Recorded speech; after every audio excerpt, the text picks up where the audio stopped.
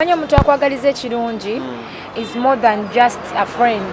Afuka muganda okubanga family is where omuntu wayiwawo omubiri n'agamba ngenda kuti at the end of the day nyiza basitunulidde kufuna sente but tunulidde brand yange, so omuntu omulala asobola kitegeera, so that's why it's good to only focus on yourself, your brand and your fans. Nga stage yayo wakozese Lugogo ingani njireba buri hamwe hona trending stage yayo wakozese stage ejo eriyo mu Uganda omu ningo kagireta ku rugaye liyanga.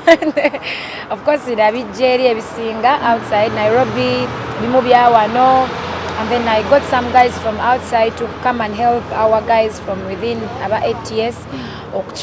Ubona abatabitegereye nja kuyamba ko kale buza kubalabi banemba buza ko muri mutya abantu bembarara nemirirwano Spice Diana for you mbagala nnyo.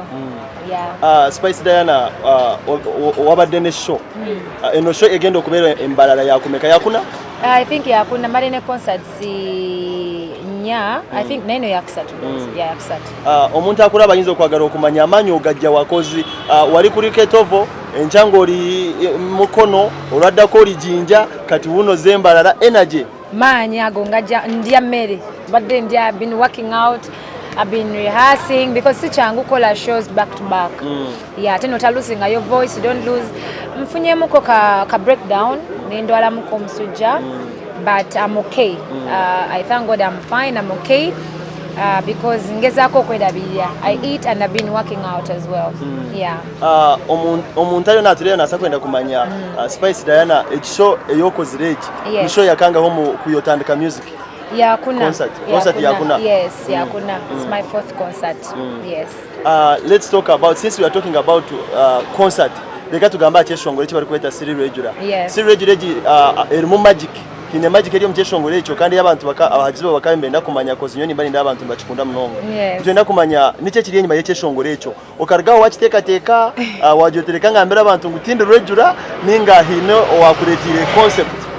Of course kati akayimba ko nakata ku EP yange Yastagal EP kaliko one of the songs era nakakolanga nange netadde mu bigere ebyokuba nti no I'm praising myself. Atenga we newana chimanyi no muntu ali out there naye yewana bwato. It's good to also love yourself. Numanti Siri Regular, like you know people put us down but then ngago mutono kwekiririzamu. So basically kayimba ka everyone buli musajja buli mukazi everyone tali Regular mu ngeri eyenjawulo. So it was written by Nis Henry on my EP. We didn't know it was going to be this big, but we knew it was a good song. Yes. Let's show yawe ya kuri Ketovo. You surprised your fans. Na no mukazi wabanze ku rugero karo kajangu she's your role model. Abantu bakaba taku expectinga konkayija. So abantu bambara respecting eki shonkejo surprise yo kubasa kubatera kujangu bije bakinemba kumankonka hine kinte ki Spice. Aratukange mahe kito tafuteka te. Binji surprises nyinji nyonyo and expect like many of my friends to also come out and support. Abajo kujja banji bangambe tujja kujja, we shall come and be there for you. I might not mention the names, there will be surprises. Tujja kuba surprise. Because I have so many friends in the industry. Nabatali bayimbi, bantu abenjawulo, most people are my friends and they really support me. I expect surprises ezenjawulo. Enkolagana ne Mc Kacheche eri etya abamuntu tekateka ngo mwe no mushisha wawe abantu batekateka ngo brother wawe ano basakisho kontureba rukunde yo mwinire ni mpango tine cyo rukora kitare Mc Kacheche obiro bindi. Kacheche is like family now, is my brother I would say. And supporting anyo everything amanyo omuntu akwagaliza ekirungi is more than just a friend. Afuka muganda okubanga family is where omuntu wayiwawo omubiri n'agamba ngenda kuteekera kino because kati ngeno in a press conference he organize each and everything. So is my brother, is my good friend. Kubanjiwirawo omubiri nange mbaddewo nnyo as a sister, as a brother. Naye ambeereddewo bintu bingi nnyo. So tetulina nkolagana esinga, we are family now. By the way, I would say we are family. Sina kyenkola most ombarara nga tali mu kabe Kampala. When I feel like I want this thing is for family, I don't leave out Kacheche. Bana yanjagala ate naye supportinga. Ayiwawo omubiri for me. Yes. Spice Diana uri omomba ntabi turi kumanya ngo omba artist abakazi abari kwekerezo mu collabos. Nga tukareba ho bebe kuri yarge yakora comment yagira ngo kamushaba collabo ya yanga. Konka tinkumanya iwe take yawe ne hanshongejo. Well, nange mbeera nkigamba nnyo ba artists nti torilayinga nnyo collaborations kinyuma nnyo novaayo nga gwe artist no standing out on your own. Collaborations is like it's like another spice aside kubanga you have to stand as an artist nga gwe ate standing ku solo music wo nga gwe weewaawo collabo zirimu magic ate zitutwala wala, just like you see my song with Reggie. It pushed me far, it pushed him very far.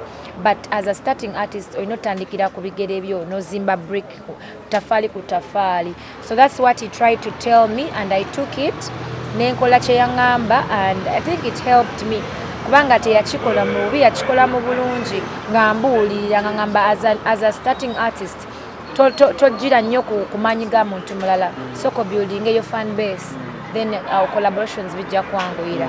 Yes, abafans bani Henry baligire ba complaininga bakugira ngo asho ya rugogo kuri Ketobo tare base kubana ishongora tinkumanya abantu abone basa kubagambira ota bamwe batekateka ngo management yawe ikabasa kwanezebira ni Henry kweshongora. So that's really wrong, and I don't think I've seen anyone abadayogera about because they know how tight we are with Miss Henry.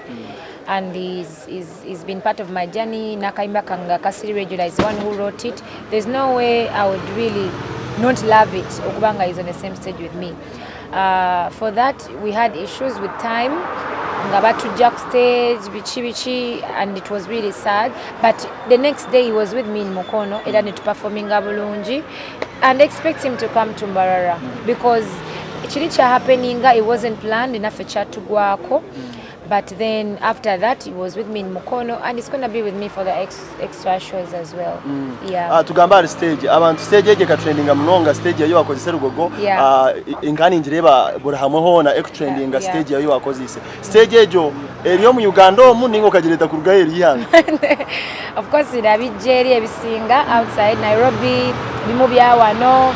And then I got some guys from outside to come and help our guys from within about 8 years. Organizing that the way you saw it. Yes. So byali byanjawulo. Yeah.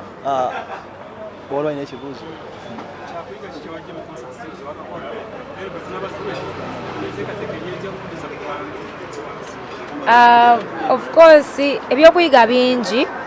My fans were really happy for me. Ate bafunye kibadde tebasuubira, more so with the production, the stage. Jetuvudde yonna as Spice Diana nga nzija ngulowinga mu concerts. This was a different concert kuzenzi zenkola. So my fans appreciate it. Bamanya Spice Diana can do anything for them. That is one lesson Chenaize. And also after the concert, giving back to the fans has not always been about my concerts. Never. I've been doing the giving back even without the concerts, and it's part of me, and I'll keep doing that. Si techiri kucha concert zoka. But trust me, I have plans. From here, press conference, I'm going with Kacheche. We are going to give back some of the disabled or baba nabatali nako mwasirizi before I leave Mbarara. At the Caesar concert here in Mbarara, it's going to come from my pocket. Yeah. My last question, Spice Diana. Yes. NKORE Media, Yes.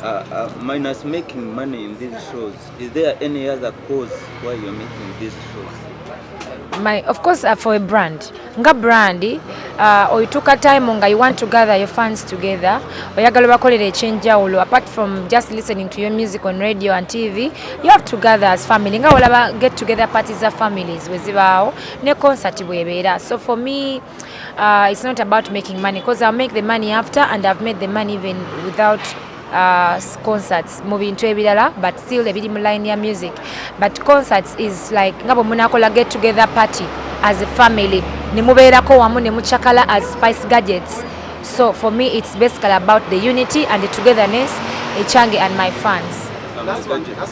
Spice. And that's one Spice is about promoters who came out and they, I would call it demoting artists. Our center, which is really not meant for them. For you, Chuck, we started here, and the fact that you are going to your concert, also your concert, the stage that you put up, it really stamped you as one of the biggest brands.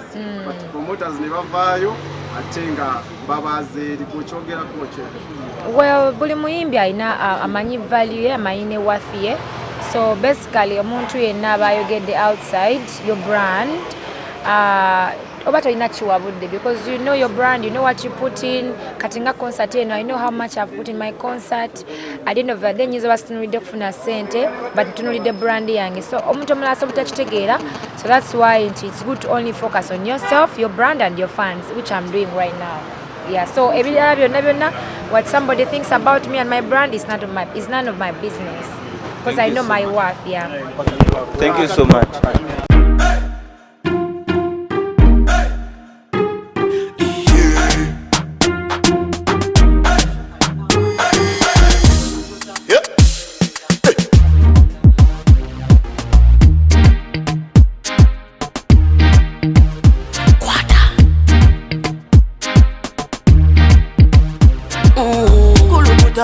Selecta, kuluta ningale kale.